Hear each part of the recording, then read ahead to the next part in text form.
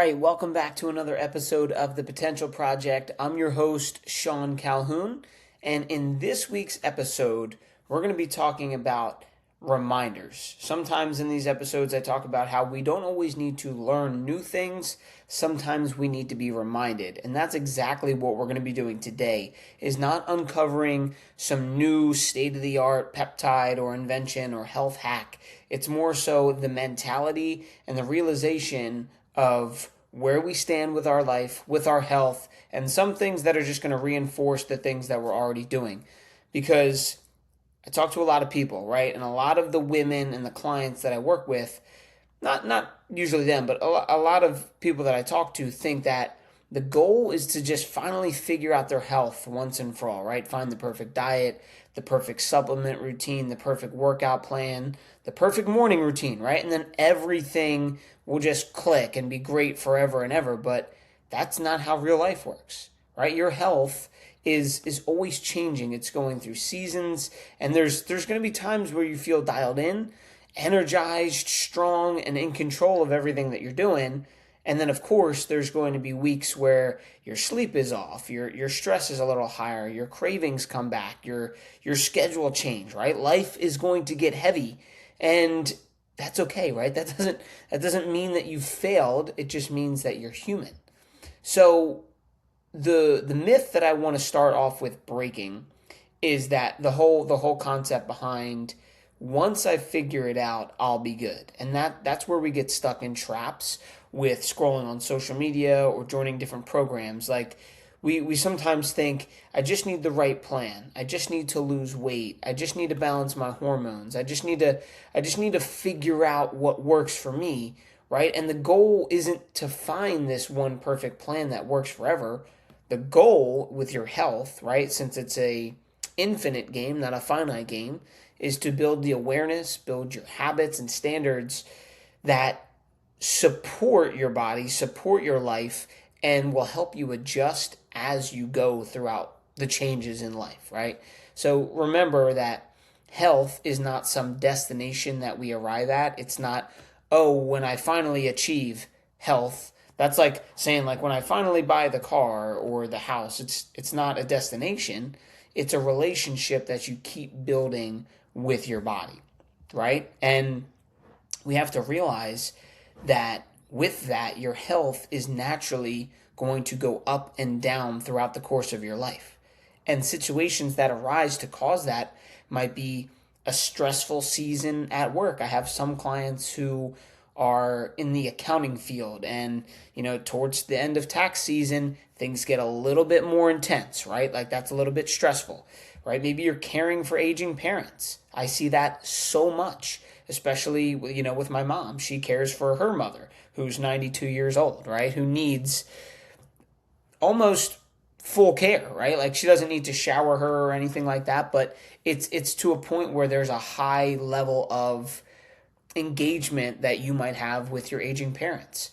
Maybe there's just a week or two where you're not sleeping well, or you're traveling, or there's the holidays, or you got an injury, right? There's a lot of things that are going to pop up into your life, and I could sit here and name a whole list, but the reality is they're unavoidable.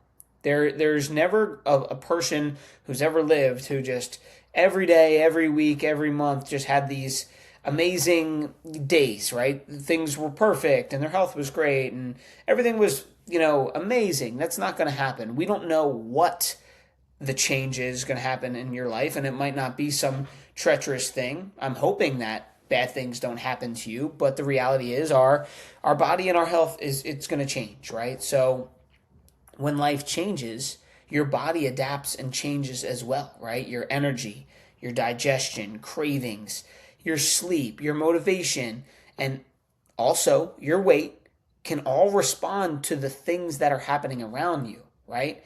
And like we need to hear this, because just because one of those things happened does not mean you're back at square one when life got hard, right? You don't restart the same way. Perfect health is not a destination, right? The real skill in all of this is learning how to respond to the things that life is throwing at us.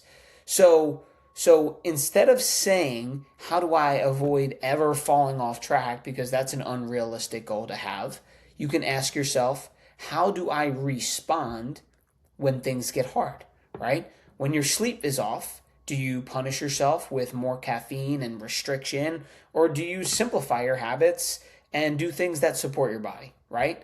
If stress is high at work or in life, do you just abandon everything that you've built, all the momentum that you've created, and just lower your standards back to what you've done in the past, right? Or do you simplify things again and keep one of those two like anchor habits that help you get through the day? Like maybe things are super stressful, but if you drink enough water and you get to bed at a certain time, you'll still feel pretty good. Like that's something that you can do, right? When cravings come back around, do you shame yourself thinking, oh my gosh, I'm so fat, I always want the piece of chocolate, I'm a piece of crap, right? Or do you step back and ask yourself what your body is trying to communicate to you through those feelings, right? Or if you jump on the scale, do you panic about that, or do you look at the patterns in which led to it? Because there's so much complexity in the number on the scale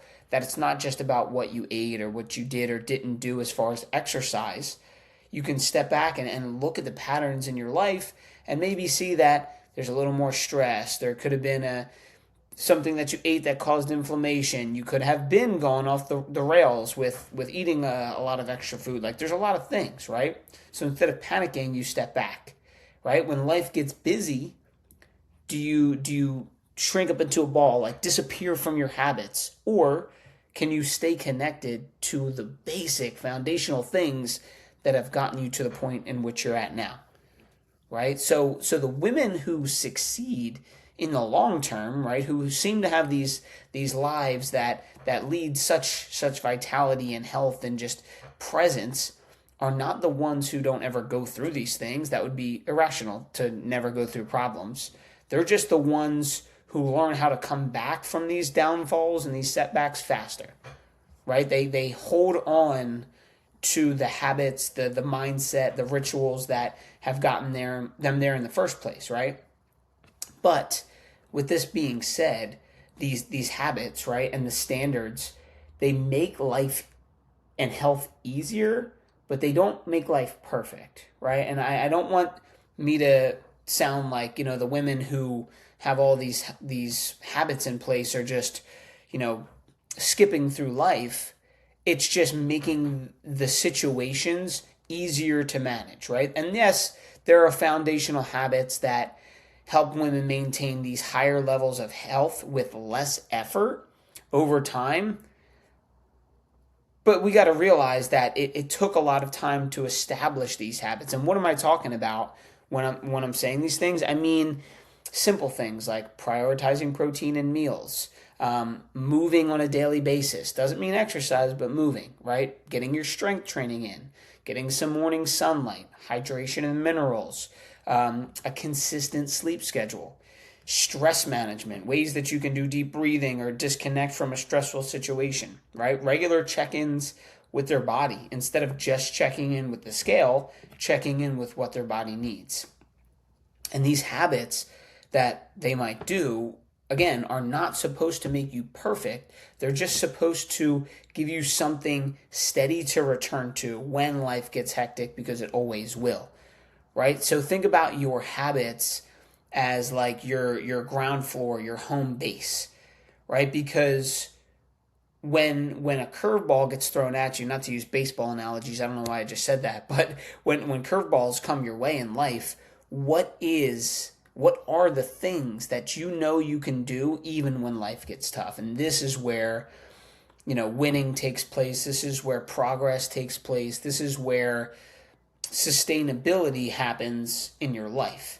And when times do get tough, what happens is we don't realize sometimes that doing it alone makes it super hard, almost impossible sometimes. We can be disciplined, right? I find myself as a very disciplined person, but when left by myself in my own thoughts that can get negative a lot of times, it's really hard to do it, right? It's really hard to stick with that discipline, right? Motivation's going to fade, and life feels like it's crumbling down on you. That's why you need other people.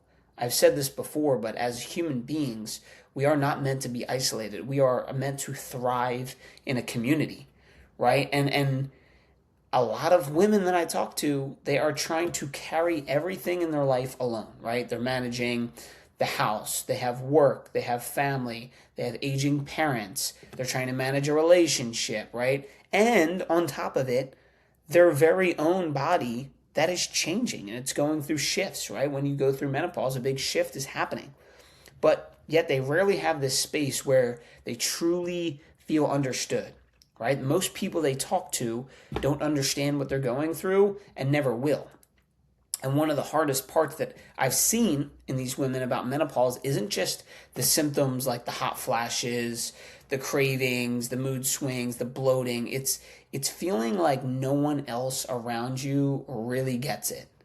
And that's why, again, I'm gonna hammer this home. That's why community is so important, right? Because when you go to the doctor and they say, "Hey, your labs look normal, but you feel like crazy," right? You're like, why do I feel like this, right? You try to have a conversation with your spouse, but they probably don't fully understand, right? Even myself, like I'm not going to tell you that I fully understand the woman's body and what you're experiencing, but building connection with other women who do, and from my own experience with clients and education, I'm trying to facilitate that in the proper way, right? I'm not trying to say that I know everything. It's just more about bringing the collaboration and effort into one, right?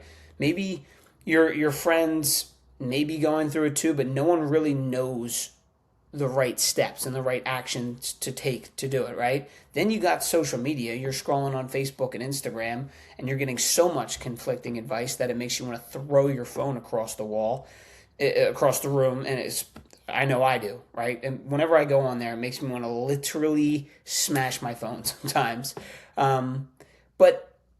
But all of those reasons, all of those things that I just said are exactly why community matters so much.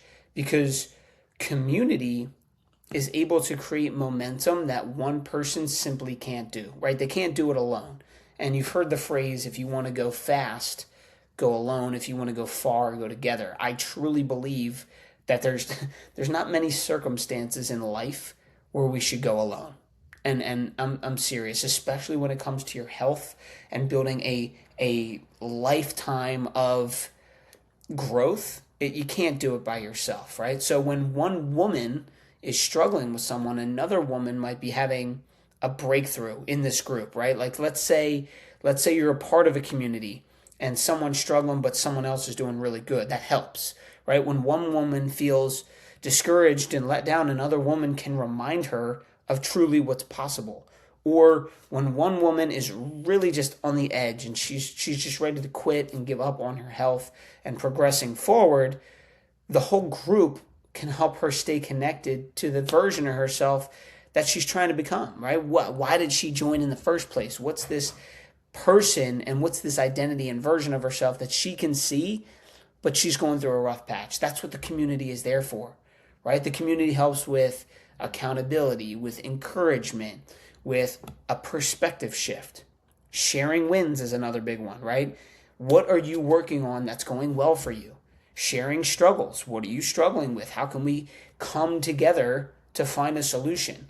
It helps you with being consistent. It helps you with having some hope, right? If you're doing this all alone, you might lay down at night and say, man, I don't know if this is all going to work out or if this is even worth it, right? It makes you feel like you have a sense of belonging, that you can have this better follow through with the actions that you're taking. These are all benefits of being a part of a community. And when you're able to stack some of these things together, you create momentum, and momentum is contagious. So when you're surrounded by women who are choosing to keep showing up and keep doing the things that are moving them forward towards more vitality, more health, it becomes easier for you to keep showing up too. Right? There's inertia that is created with the other women in the group that you don't have to just create every single time for yourself. Right? Now, when you're crushing it and things are going well, yes, it seems like it's smooth sailing, but like we talked about before, you're going to have these rough patches. So when you can use the collective energy from all of the women in the group, it helps you to keep moving down the path when times are not so great for you, right? And that's exactly why I created the Vitality Wellness Collective. Because number one, I am a 31-year-old man. Now, although I've been educated in health, in longevity, in menopause, right? I'm not someone who's trying to say that I know it all. And again, I said before many times, I don't pretend to understand what it's like to be a female or a menopausal woman. But I'm here to facilitate the group and lead the way to the collective growth, right? It's not just another program where you get information and you're left to figure things out on your own, right? It's a community of women in a similar season of life who are learning how to support their bodies, build better habits, and understand what's going on underneath the surface and underneath the symptoms, and just keep moving forward together, right? It's this community. It's for the woman who's tired of starting over every single Monday. It's for the woman who knows she needs support, but doesn't want to feel like she's being judged by everyone, right? It's for the woman who finally wants to feel strong, energized, confident, and in control of her body again, and also wants to be surrounded by women actually understanding what they're going through and being a part of that along the journey, right? So that's why the whole thing was built, because I understand that I could sit there and have one-on-one conversations with women and give them tips and give them a protocol for a lifestyle plan to change your diet, change your exercise, and that can work for sure, don't get me wrong. But it's going to take more than just me giving those protocols and the custom plans out and the motivation and the check-ins. It takes more than just me doing that. It's going to take other women just like you coming together. And although you might feel like you don't have it all figured out, guess what? No one does. But together, we can support, we can keep each other accountable, and we can relate and expand upon what we think is possible to move down the path towards who you're trying to become, right? So that is, to me, that is the mission, that is the goal long-term, is to really facilitate and build this community of these women that are just able to crush it together, right? So before I ramble on too much about that, I always like to give practical takeaways and things that you can do, because this podcast isn't just about education, it's about taking action and putting things into place, right? So this week, what you can do is I want you to stop asking, how can I get it perfect, right? And start asking, what do I return to when life gets messy? When any one of those things that could possibly happen to throw you off track happen, right? And what I like to do is have anchors. And these are habits and standards and things that you can build into your life that you're able to do. You have to muster up some courage and some energy and some discipline, but they're your fallback plan when life doesn't go right, when things aren't perfect, right? And anchor one for you would be a body habit, right? So some examples of that are eating protein at breakfast, going for a 10-minute walk, drinking water before coffee, or maybe even strength training twice in a week, right? Those are things that you can do with your body. That is an anchor that's going to bring you back to your growth and your power. Anchor number two is a mindset habit, because without the right thoughts and the right frame of mind, it's really hard to take action towards what we're trying to become, right? An example is that you have this mindset of, I am not starting over, I'm returning to myself, right? I'm returning to the foundational steps. I'm returning to who I'm becoming, right? And anchor number three is a support habit. So an example is checking in with a coach, right? Joining a community, texting a friend, sharing the struggle instead of hiding it. Because guess what? If you're going through something, it's likely someone else has gone through it or is currently, and maybe they can help you navigate that situation, right? So just remember that in this world of habits and all of these perfect routines, you don't need to have 20 habits or a checklist to get back on track. Sometimes you just need 1 to 3 simple anchors to get you right, in the right direction and bring the right people around you. So just remember, your health, it's going to go through seasons. You're going to have weeks where things feel easier and weeks where things are feeling hard, right? Or almost impossible. But that does not mean you're failing. It just means you need a system and a support group that can support you through real life and not some Instagram, facade or fake reality that you see people that are trying to portray, right? There's no perfect situation out there. You need the support. You need to have those things that you can fall back on, and that's what life is all about. So if this landed with you, like I always say, guys, please share it with a friend, and most importantly, take action so that you can improve your mindset, your body, and your future. I hope you guys enjoyed this. I will see you again next week. Hey, thanks for spending some time with me on today's episode. I hope you got a ton of value from it. If we're not connected on Instagram yet, let's change that. Hit me up at Sean Calhoun _. That's SEAN Calhoun _. Shoot me a DM. Let me know what you think of the show or if you got any questions about how to level up your health. I'd love to hear from you. Thanks for tuning in. I'll see you on the next episode.